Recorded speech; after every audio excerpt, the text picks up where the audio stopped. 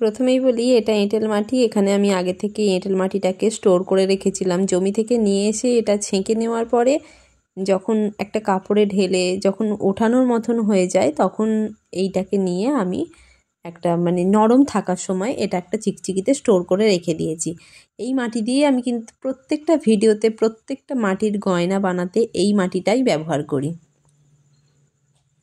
আর মাটির গয়না বানাতে এই এঁটেল মাটিটাই কিন্তু খুব প্রয়োজনীয়। অন্য কোনো মাটি ব্যবহার করলে কিন্তু ভালো গয়না হয় না। আর মাটির গয়না এঁটেল মাটিতেই ভালো হয়। আর এখানে ব্যবহার করেছি একটা স্কেলকেই দুটো ভাগ করে নিয়েছি আমি এখানে। আর এই স্কেলটা ব্যবহার করার কারণ হচ্ছে মাটির দুটো দিক যাতে সমান থাকে। এই স্কেলটা রেখে বা কোনো কাঠ রেখে দুদিকে যদি আমি এই মাটিটা বেলি তাহলে দুটো মাটির পুরো লেভেলটা দুদিকটাই পুরো সমান থাকবে। সেই কারণেই এই স্কেল দুটো আমি ব্যবহার করেছি। আর তোমরা যারা মাটির গয়না বানানোর সময় স্কেল পাবে না তখন দুটো কাঠ বা স্কেল ব্যবহার করলেই ভালো হয়। দুটো কাঠ যাতে সমান থাকে সেইগুলোই ব্যবহার করা ভালো। আর এখানে আমি একটা কারেন্টের পাইপ ইউজ করেছি বেলার জন্য। তোমরা চাইলে বেলনা বা রুটি বেলার যে বেলন হয় সেই বেলন দিয়েও কিন্তু মাটিটা বেলতে পারো। আর আমার এখানে মনে হয় আমার কাছে এটা সবথেকে প্রয়োজনীয় জিনিস একটা স্কেল। এই স্কেলটা দিয়ে আমি 4 কোণা আকার কাটা আর 3 কোণার যে গয়নাগুলো বানাই মানে ত্রিভুজ টাইপের এই সব গয়নাগুলো বানাতে আমি এই স্কেলটাই ব্যবহার করি। আর এটা যখন মাটিটা লেবেল করি তখনও কিন্তু এই স্কেলটাই ব্যবহার করি। একটা দিকে তেল দিয়ে মানে এই পেছন দিকটাই তেল দিয়ে আমি মাটিটা সমান করি। তোমরা হয়তো অনেকেই ভিডিওতে লক্ষ্য করে থাকবে যে আমি স্কেলটা দিয়ে বারবার করে লেবেল করি। লেবেল করার কারণ হচ্ছে স্কেলটা দিয়ে যখন আমি এভাবে টানি মাটিটাকে তখন পুরো চকচকে ভাব চলে আসে আর এটা পুরো লেবেল হয়ে যায়। আর কোনো যদি ফাটা বা ছোট দাগ থাকে সেটাও কিন্তু দাগ হয় না। এই স্কেলটা কিন্তু আমার কাছে খুব প্রয়োজনীয় একটা জিনিস। আর একটা ব্যবহার করি এখানে একটা ছুরি, যেটা ছুরিটা দিয়ে কাটাকাটির কাজ করতে লাগে ছুরিটা। আর আমি এখানে সবসময় নিয়ে থাকি একটা ক্লে টুলস। এই টুলসটা আমার খুব প্রয়োজনীয়। আর হচ্ছে এই একটা ক্লে টুলস, একটা স্ট্র কাটার। এটা আগে আমার ছেলের খেলনা ছিল, খেলায় ব্যবহার করতো, সেটাই আমি একটু তেরাচি করে কেটে নিয়ে, দেখতে পাচ্ছ কি না জানি না, এটা একটু তেরাচি করে কেটে নিয়ে এটাই একটা ডিজাইন করার জন্য এই দিকটা ব্যবহার করি। আর এই দিকটাও একটা ডিজাইন করার জন্য এই পেছন পর্শনটা ব্যবহার করি। এই একটা স্ট্র কাটার আর ওষুধের একটা ঢাকনা, পেনের একটা ঢাকনা, তাও আবার হচ্ছে আধখানা কাটা, তারপরে একটা ছুঁচ। এই ছুঁচটার মধ্যে ধরার জন্য একটা পেছনে ক্লে দিয়ে ধরার একটা সাপোর্ট করে নিয়েছি। আর একটা টুথপিক ব্যবহার করি। আর একটা এটাকে কি বলে, এটাকে কে কি বলে জানি না, এটা আমাদের এখানে বোধহয় আঙুশপানা বলে। যদি এটার অন্য কোনো নাম হয়ে থাকে তাহলে আমাকে জানিও একটু। এটা বড় গোল আকার, আধখানা আকার দেওয়ার জন্য এই বাটিটাই ইউজ করি। আর এইটা দিয়ে অনেকে হয়তো ভিডিও বানাতে দেখেছো, এইটা আমার কি কাজে লাগে। এইটা দিয়েও আমি একটা শেপ কাটি। তার থেকেও বড় কথা, সব থেকে প্রয়োজনীয় জিনিস এই যে তার, এই তার হচ্ছে ঢালাইয়ের রড বাঁধার তার। এটাকে কি তার বলে আমি জানি না, এটা হার্ডওয়ার্কসের দোকান থেকে নেওয়া হয়েছে। আমাদের যখন রড বাঁধার কাজ চলছিল ঘরের তখন এই তারটা ব্যবহার হয়েছিল, আমি সেখান থেকেই নিয়ে রেখে দিয়েছি। এইগুলো দিয়ে আমি ইউপিন বানাই। অনেকে হয়তো তোমরা দেখেওছো যে আমি কিভাবে ইউপিন বানাই। লাইটের সমস্যা হলে কিছু মনে করো না, কারণ আমার তো এখনও রিং লাইট নেই আর আমি রিং লাইট ব্যবহারও করি না এখনও। এই হচ্ছে এই তারগুলো দিয়ে আমি ইউপিন বানাই এইভাবে। ঠিক এইভাবে আমি ইউপিনগুলো বানিয়ে নিই। হ্যাঁ, আর এই তারগুলো কাটার জন্য এই একটা আমার হাতের সরঞ্জাম লাগে, প্লাস বলে বোধহয় ওটা, হ্যাঁ ওটা প্লাসই বলে। আর তারপরে আমি এই কিছু টুলস কিনেছিলাম। এই কিছু টুলসের মধ্যে সবকটা আমি এখনও ইউজ করে উঠিনি আর ইউজ করে উঠতেও পারিনি।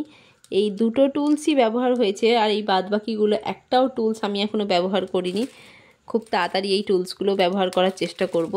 এই টুলসগুলোরও আবার এই দিকটা কাজে লাগেনি, আমার এই দুটো দিকই কাজে লেগেছে। তোমরা হয়তো যারা ভিডিও দেখেছো তারা দেখতে পাবে।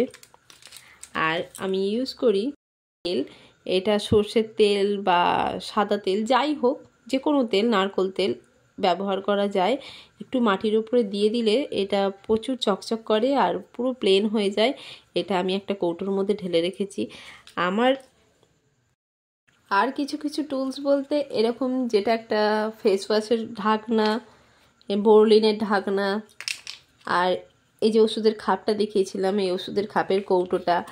আর এইটা দিয়ে কারা ভিডিও বানাতে দেখেছো বলো তো? আমি এটা দিয়ে কিন্তু একটা ইয়াররিংস বানিয়েছিলাম, ঝুমকো। এটাও দেখছি এখন আমার কাছে প্রয়োজনীয় জিনিস হয়ে যাচ্ছে। এটা চকলেটের একটা খোসা। আর এই পেনের খোলটাও আমি ব্যবহার করি রাউন্ড আকার দেওয়ার জন্য। আর ছোট ছোট যে গোল ইয়াররিংগুলো তৈরি করি, এই অমৃতাঞ্জনের কৌটোটা দিয়ে বেশ সুন্দর ছাপ পড়ে যায়, তাই জন্য এটাও হচ্ছে প্রয়োজনীয়। আর এটাও আমার কাছে খুব প্রয়োজনীয়, এটাও ফেলার নয়। আর অ্যামাজন থেকে কিছু র মেটেরিয়াল কিনেছিলাম, যেটা হচ্ছে এটা সিলভার কালারের জাম্পিং রিং। এই হচ্ছে টাব বানানোর জন্য পেছনে যে কাঠিটা দেওয়া হয় সেই কাঠিগুলো। আর এটা হচ্ছে ঝুমকো ঝোলানোর জন্য, ঝুমকো বা হচ্ছে ঝোলা যে কানেরগুলো তৈরি হয় তার জন্য এই কাঠি আছে। আর এখানে কিছু গোল্ডেন কালারের জাম্পিং রিং আছে, আর সেম সিলভার কালারের এই কাঠিগুলো রয়েছে। আর এখানে কিছু এই হুক পিন আছে, যেগুলো ওই কানে ঝোলানো হয়। আর এগুলো ওই ঠিক ওই রকমই একই জিনিস রয়েছে। এই সব জিনিসগুলোই আমি ব্যবহার করি। আর ব্যবহার করি এই ফেভিকলের গ্লুটা। এইটা দিয়ে যে অ্যাটাচ বলগুলো যে খুলে যায় মাঝে মধ্যে পুড়িয়ে নেওয়ার পরে, সেই অ্যাটাচ বলগুলোকে আটকাবার জন্য এই গ্লুটা আমি ব্যবহার করি। সবথেকে প্রয়োজনীয় জিনিস কালার। আমি কি কালার ইউজ করি? আমি ক্যামেলের অ্যাক্রিলিক কালার ইউজ করি। এই কালারগুলোই আমি বেশিরভাগ টাইমে আমি এই কালারগুলো ইউজ করে থাকি। এখানে আরও অনেক কালার আছে। আমি যদি সব কালারগুলো এখন বার করি, এখানটা গোটাটা ভর্তি হয়ে যাবে, আমি ক্যামেরায় নিয়ে আসতে পারবো না। আর যখন আমি এই ক্যামেলের কালার পাই না, তখন আমি এই কালারটা ইউজ করি, এই ফেভিক্রিলের। আর ইউজ করি হচ্ছে এই সব তুলি। হ্যাঁ জানি আমার জিনিসগুলো একটু নোংরা হয়ে আছে। নোংরা হয়ে আছে বলতে কি, এই যে মাটির কাজ করলে না বেশিরভাগ টাইমটায় অত মানে পরিষ্কার করার সময় হয়ে ওঠে না। সময় হয়, ইচ্ছে করলেই হয়তো পরিষ্কার করা যায়, কিন্তু অত মানে আমি হচ্ছে বদ্ধকুটে মানুষ। এইগুলো এত কালার করেছি এই দুটো দিয়ে। প্রথম যখন আমি কালার করতাম ফার্স্ট, আমার এই সব কাজে এই যে তুলিগুলো আমি ফার্স্ট যখন হচ্ছে কাজ করতাম, তখন এই তুলিগুলো ব্যবহার করতাম। এই দুটো তুলিই ব্যবহার করতাম বেশি। তারপরে পরে তো এইসব তুলিগুলো এসছে, এইগুলো এখন প্রয়োজন হয় না বলে এগুলোকে রেখে দিয়েছি। এগুলোর এখন বিশ্রাম। আর এইগুলো এখন কাজ করছে, এইগুলোই কাজের প্রয়োজনীয় হয়ে উঠেছে। কুটে তার মধ্যে আমার হারিয়ে যাওয়ার জিনিসপত্র, হারিয়ে ফেলার বাতিক আছে, তাই জন্য এগুলোকে আমি রাবারের মধ্যে আটকে রাখি। আর এই ইয়েগুলোকে, এই টুলসগুলোকে আমি এই কৌটোটার মধ্যে স্টোর করে রেখে দিই, যাতে কোথাও হারিয়ে না যায়। এই সব জিনিস দিয়েই আমি টেরাকোটা জুয়েলারি বা মাটির গয়না বানিয়ে থাকি। তোমরাও যারা প্রথম এই মাটির গয়না বানাতে চাইছো, তোমরাও এই সব ছোটোখাটো টুলস দিয়ে ফার্স্ট স্টার্ট করতে পারো। আর যখন শিখে যাবে তখন ভালো ভালো টুলস কিনতেই পারো। আর হচ্ছে আমার এই সব সরঞ্জাম হচ্ছে আমার সব তৈরি করার জন্য। টেরাকোটা জুয়েলারিও বা মাটির গয়না বানানোর জন্য আমি এই সব টুলসগুলো ব্যবহার করি, এই সব জিনিস ব্যবহার করি। তোমাদের ভিডিওটা কেমন লাগলো তোমরা কিন্তু অবশ্যই কমেন্ট করে জানিও। ভালো লাগলে একটা লাইক করে দেবে। ফিরে আসবো নতুন একটা ভিডিওতে। আজকের মতন এখানেই টাটা।